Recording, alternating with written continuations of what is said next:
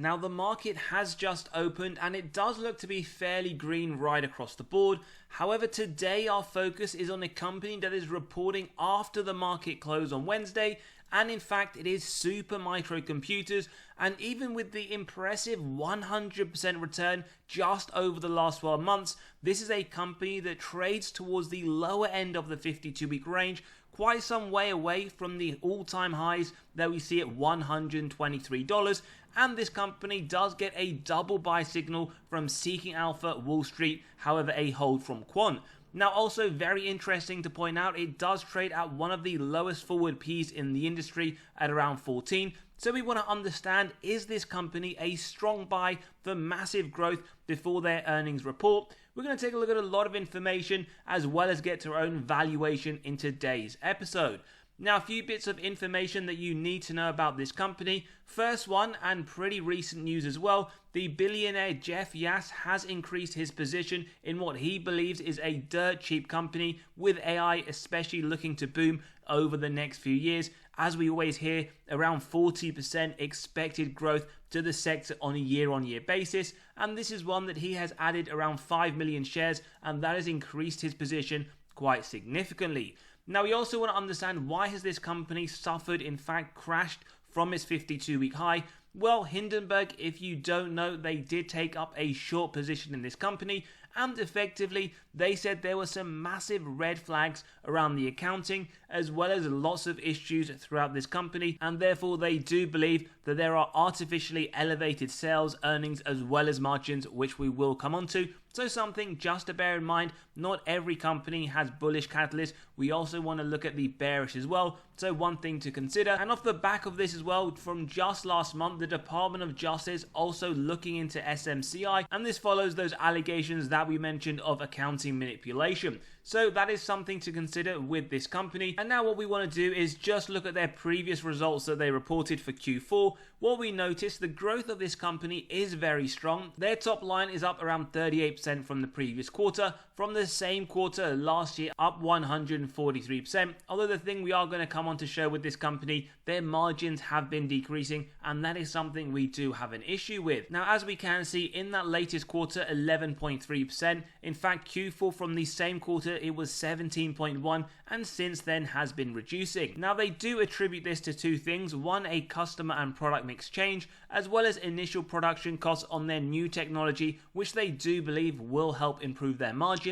So when we get their earnings report on Wednesday after the market close, this is definitely something we are going to keep our eye on. What we do like to see with this company, but again, do remember those allegations that do remain on this company, is that over the next full year, as we will come to show you, they anticipate their full year FY25, they expect their top line revenue to be around double what they reported in the full year of 2024. So this is a fast growing company, but again, you have to ask those questions whether or not you believe there is some truth to those allegations we've seen from Hindenburg. Now, as we mentioned, this company has been phenomenal over the last 12 months, up more than 100%. Over the last 10 years, up 1,113. So definitely one that probably would be one of the best performers in your portfolio if you had it 10 years ago. Now, in terms of their earnings, over the next 4 quarters, they are expecting massive growth. I mean, just look at the quarter one that they're reporting over the next 2 days. They're expecting 113% growth on a year-on-year basis. Subsequent 3, strong double digit. However, we do have to point out, on that quarter that we just ran through in August, they did miss by around 19 cents. Previous 3 were beats, so a 75% track record for SMCI. And with the growth expected over the next full year, their forward PE will come down to around 10.72. Now, in terms of the metrics of this company, their free cash flows, we want to see consistent growth over the longer term, but you could argue this industry very cyclical, hence why we see nearly every other year negative. 2024 was a massive negative 4.46 per share. Positive to report over the next 12 months, they are anticipating this to go back to the positive 0.7, but again, bear in mind, cyclicality does show in their numbers. Sales growth though, looking very, very good, especially 2024 at 110%. Remember what we said, FY25, they are expecting around 100% as well, so the growth doesn't look to be slowing down. And when we zoom out over the last 10 years, this company has more than increased their top line sevenfold to around 15 billion in 2024. Remember, we just had a look. They are expecting this around 26 to 30 billion for the full year of FY25. So looking good from the growth aspect. When we look at the ROIC as well, remember 10% or more is what we want. To give us faith, management are able to effectively allocate their capital, and we get that every single year. 17% in 2024, looking very strong, as well as that reflected on a trailing 12-month basis. Now, one of the main issues that we have flagged is their margin, and it doesn't seem to be showing us the efficiency we want to see with growth over the longer term. In fact, it's dipped from 2015 down to 3%, where it was there for a few years, has picked up to 8%, but ideally we do want to see around 16%. So again, these are factors to consider and some that we will use when we allocate our margin of safety. Free cash flow margin as well, as we saw, every other year does look to be negative, so again, do factor this in. Net debt to EBITDA, however, referring to the earnings before interest, tax, depreciation, amortization, is very good, shows us they have a good balance sheet, as that is what this metric correlates to. 0.39 in 2024, 0.18 over the next 12 months, effectively telling us the number of years it would take this company to pay off all of their debt net of cash on hand. So that does look good, and we will analyze their balance sheet too. Now, we want to let you know we have just released our latest free weekly article. We drop one every single Monday morning to your inbox, where we go through what we deem to be super undervalued, as well as effectively any updates in the market over the last few days. So click on the pinned comment below, sign up, and you can read straight away. You'll also be able to gain access to 36 undervalued stocks for the month of October. Lots of information, the upside that Wall Street see, as well as flagging those that sit within our own portfolio for those that are interested, as well as being able to grab 22 undervalued stocks that Wall Street themselves believe have the most upside right now out of the whole S&P 500. So click below, sign up, and you can read straight away. We also like to look at insider movement. Now sits around 17.6%, 54 million worth of sales over the last year. But what we notice is over the last few quarters, there has been no movement. In fact, the more recent sale, 1.12 million, was in Q2 of 2024. So a little bit outdated for our analysis. Nonetheless, for transparency, we will show you the most recent sale was on the 3rd of June. Director selling 3,000 shares and netted him around 241,000. Remember, insider selling, not what we would consider typically a bearish signal.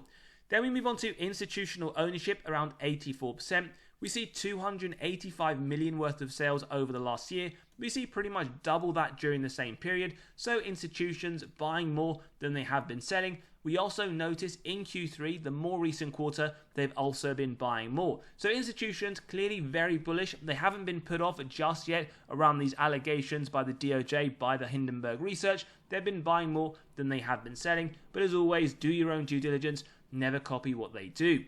Now, we've already flagged their top line revenue has been growing very, very strongly over the last 10 years, more than 7 times from 2 billion in 2015 to 15 in 2024.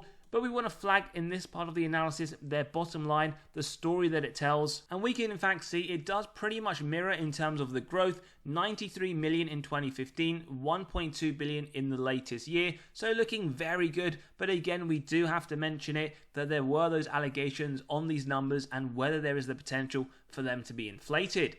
We then move on to the balance sheet, a quick health check of the company, total cash versus total debt. Similar trend to their top line, to their bottom line. It has been increasing, 95 million in 2015, 1.7 billion in the latest quarter. And as always, one number in the balance sheet won't tell us anything in pure isolation. So comparing it numerically and directionally to their total debt, that has also pretty much followed suit, going from 95 million in 2015 to 2.2 billion. So cash isn't too far off their total debt. Remember, the net debt to EBITDA did also look healthy. So if the numbers are to be believed, their balance sheet does look strong. Then we want to get to some gradings. First one, A+ on the valuation. No surprises, as we said, and now we'll show you. Their forward P sits at 14, sector median at 24. So right now, if you are buying this company, you are in effect getting a 42% discount. And we can see pretty much reflected no matter which valuation metric you use. Question is, should it be at a discount, or in fact, has the market overreacted, and are we looking at a very strong opportunity for massive growth over the short and longer term? We then move on to growth, where they get an A, so nice to see. Not only valuation looking very good, but also the growth too. 110% to their top line year on year versus the sector 3%. Moving forward, it says 66, but remember we saw up to 100% anticipated. Again, significantly better than the sector overall. And when we come to their earnings per share over the next 3 to 5 years, they expect this to grow on a year-on-year basis at around 53%. Again, much better than the overall sector at 15%. We then move on to the profitability. Now, this is one area that they really do need to improve on. We've already touched upon it.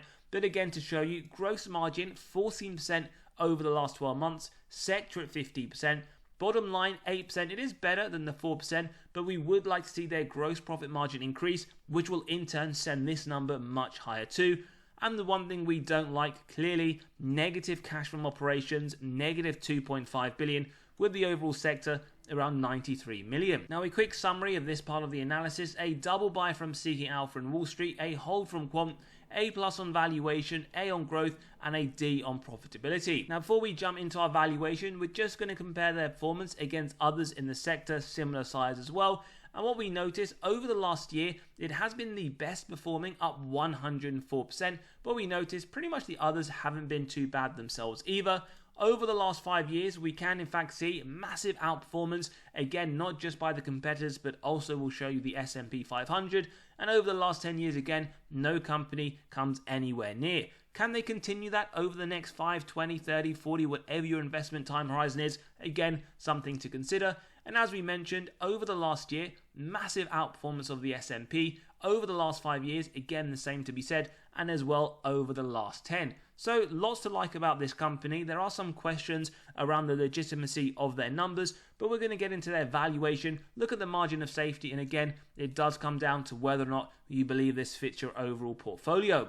So as always, if you do enjoy the content, values being provided, smash that like button, hit that subscribe and bell button so you are continually notified of these videos as they drop. Now, our intrinsic value of $53, we got it by running it through the DCF model. We have the free cash flow year on year, average growth rate negative. It is skewed some years negative, as we did see, but forward looking, we've gone for 15%. We have our low, medium and high 10, 15, 20. With the 15 and the discount rate, we get the present value of future free cash flows and terminal value. Add together with the cash, subtract total debt, get to the equity value, divide by the shares outstanding, and as we can see here, our intrinsic value, which indicates 12% upside. Now remember, these numbers are subjective. You can grab a copy of this model by clicking on the pinned comment below, getting to your own numbers, whether it's for SMCI or any others. Full transparency, for those that believe it should be lower, at 10%, $39, indicating in fact downside of 18%. And for those that are more bullish, at the 20% point, $72, indicating 53% upside.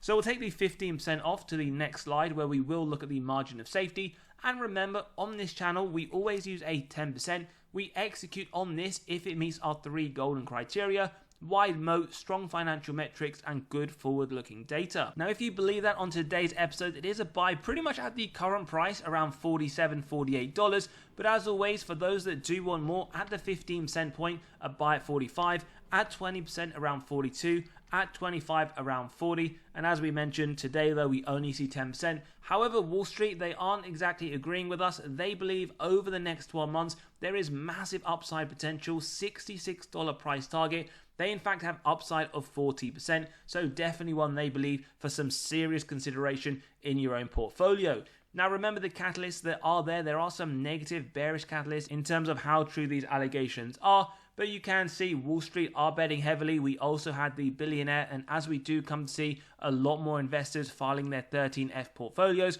we can see if others have also taken a big bet on SMCI.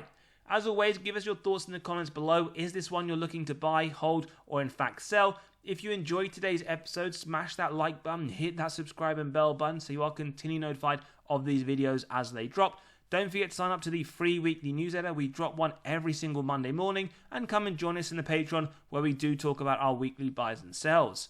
As always, have a great day, and we'll see you all on the next one.